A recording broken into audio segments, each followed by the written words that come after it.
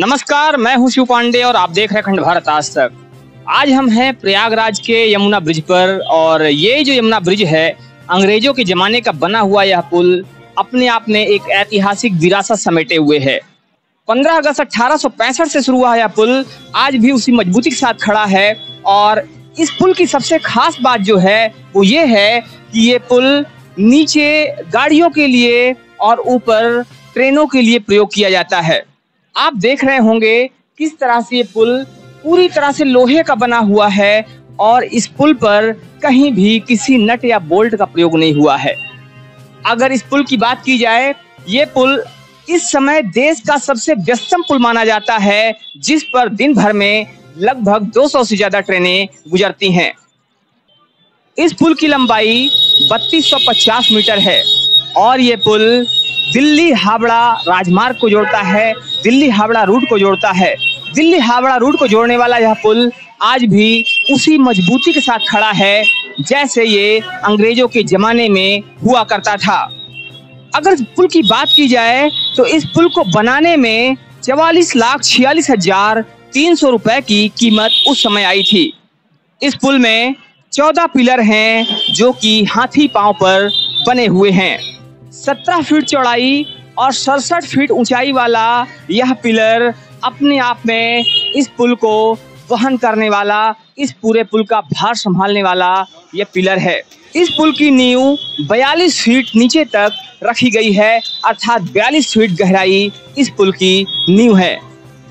अगर हम गार्डर के वजन की बात करें, ये जो गार्डर आपको दिख रहे हैं, अगर इस गार्डर के वजन की बात करें, इस गार्डर का वजन जो पूरे पुल में लगे हुए हैं इनका वजन 4300 टन है, अर्थात 4300 मीट्रिक टन इसमें लोहे के गार्डर का प्रयोग किया गया है। इसी के साथ साथ अगर इस पुल के इतिहास की बात करें तो ये पुल पहले सिंगल लेन हुआ करता था, ये पुल सिंगल रूट हुआ करता था, जिसे 2013 में बढ़ाकर डबल लेन किया गया, अर्थात पहले यहाँ पर सिर्फ एक ट्रेन चला करती थी जिसे 2013 में एक्सटेंड किया गया और इसका फिर से थोड़ा सा विस्तार करके इसे डबल रूट किया गया। 1978 में यहाँ पर भीषण बाढ़ आई थी और 1978 की भीषण बाढ़ में आप अभी देख रहे होंगे इस समय बरसात का महीना है और पानी काफी ज्यादा बढ़ा हुआ है। यहाँ पर आसपास जो झुग्गी झोपड़ियां हैं वो पूरी तरह से डूब गई हैं। तो अभी जो स्थिति है इससे कहीं ज्यादा बदतर स्थिति 1978 में हुआ करती थी, जब ये पुल पूरी तरह से पानी जो है यहाँ पिलर तक पहुंच आया था। अभी पानी काफी ज्यादा बढ़ गया है लेकिन फिर भी काफी नीचे है, लेकिन 1978 में बताया जाता है कि पानी पुल के पिलर तक आ गया था, अर्थात जो आपको ये पूरा पिलर दिख रहा है पानी वहां तक पहुंच आया था। तो इस तरह से ये जो पुल है काफी पुराना हो चुका है। और इस पुल की एक बात और बताएं आपको, ये जो पुल है इसकी जो उम्र थी ये उम्र 100 साल की थी, अर्थात 100 साल के लिए इस पुल को बनाया गया था, लेकिन 100 साल की उम्र पार करने के बाद अभी भी ये पुल पूरी मजबूती के साथ खड़ा हुआ है। इस पुल का जो निर्माण कार्य है वो 1859 में शुरू किया गया था और 1859 में शुरू करने के बाद 15 अगस्त 1865 में इस पुल को जनता को सौंप दिया गया था और उसके बाद से यह लगातार काम कर रहा है। मात्र 5.5 साल के समय में इस पुल का निर्माण कार्य पूरा हुआ था और लागत मैं आपको बता ही चुका हूँ, 44,46,300 रुपए की कुल लागत आई थी और उस लागत में ये पुल तैयार किया गया था। अगर उस लागत की बात आज की जाती है तो ये वो लागत है जितना लोगों को, इंजीनियरों को और जो रसूखदार लोग हैं उनको कमीशन देने में ही व्यर्थ में चली जाती है। तो अपने आप में एक बहुत लंबी विरासत समेटे हुए यह पुल आज भी वैसे ही मजबूती के साथ खड़ा हुआ है, उसी मजबूती के साथ टिका हुआ है जैसे ये आज से 150 साल पहले हुआ करता था, 159 साल पहले हुआ करता था।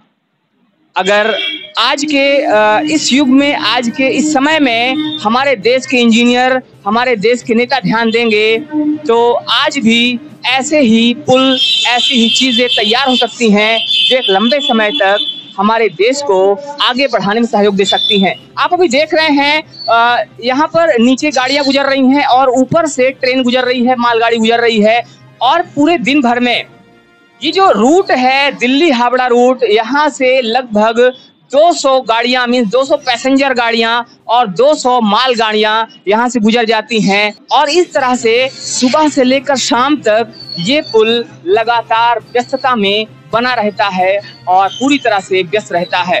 तो आज का यह जो वीडियो है आपको अंग्रेजों के जमाने की इस विरासत को दिखाने के लिए, आपको इस जानकारी को देने के लिए था और आपको ये बताना था कि किस तरह से जो ये विरासत है आज भी भारत को आगे के लिए सहयोग दे रही है, आज भी भारत को आगे बढ़ाने में मदद कर रही है। अगर हमारे देश के लोग, हमारे देश के इंजीनियर, हमारे देश के जो